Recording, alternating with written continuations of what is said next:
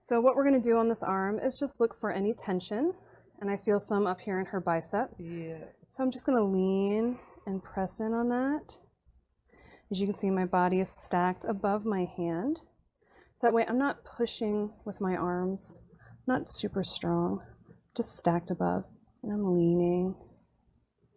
And then I come out slowly, just like that. You don't want to pull back because that can cause kind of like a muscle rebound. Same thing, come in and back out. And working our way down. Now here in this, here's her elbow. We want to be very mindful of not to press into that soft part of our elbow. So we're going to come a little bit lower into this nice, meaty, muscular part of her forearm and press in. And again, just lean forward and relax. Lean forward and relax. You can have your receiver make a fist, please. You'll feel that tension. You're going to press in. And then go ahead and relax your hand. There we go. And you'll see her hand's changing a little bit of color, and that's okay. Don't want to hold it forever though. And then release, just like that. See, and the color comes back to her hand and it's back alive. So after we've introduced some touch, we're going to come back up here. Now Pex is our big guy. He's real big. He likes to pull these shoulders forward. Typically people with breast or chest tissue, that also adds more downward force. So what we're going to do is try to get this guy to relax. So what I'm going to do is, here's her shoulder. I'm going to take and put my knee right here above her breast tissue, right by her shoulder. I'm going to catch her pec and a little bit of anterior delt, which is that kind of shoulder cap on the front part of your shoulder. Now, if you have really bony knees or really, really sensitive receiver, you can take a super cool thing like a blanket and just kind of cover the area to help diffuse the pressure. But Kristen loves deep pressure. I'm still going to be gentle because we all know she worked out super hard. But this way you can also see how it's done. So again, take my knee right in here and just slowly lean in. How does that feel? It's good. Awesome. So just lean in and just hold.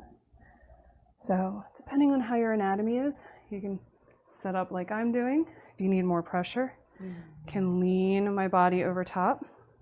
If I needed to give even more pressure, I could come down on all fours and really torque my hips into it, but I'm not going to crush her like that. I'm going to be nice and back off and just kind of hang out.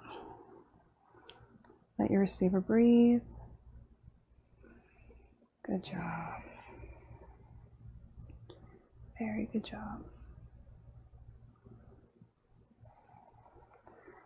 Now when you go to come out of this move, make sure that you're supported and slowly lift your knee up. I'm leaning back onto my right leg. Slowly lift up. So we don't want to come out of such a deep compression like real quick because that'll cause a muscle rebound or a muscle spasm and just undo all the work that we just did. So here is the front of her delt. I'm going to take my knee. And again, I'm using the kind of the flat, softer part of my knee, so it's not quite as sharp poking in there. I'm going to come in right there on that shoulder. And again, just lean in. How does that feel? Good. Okay, good. Just lean in.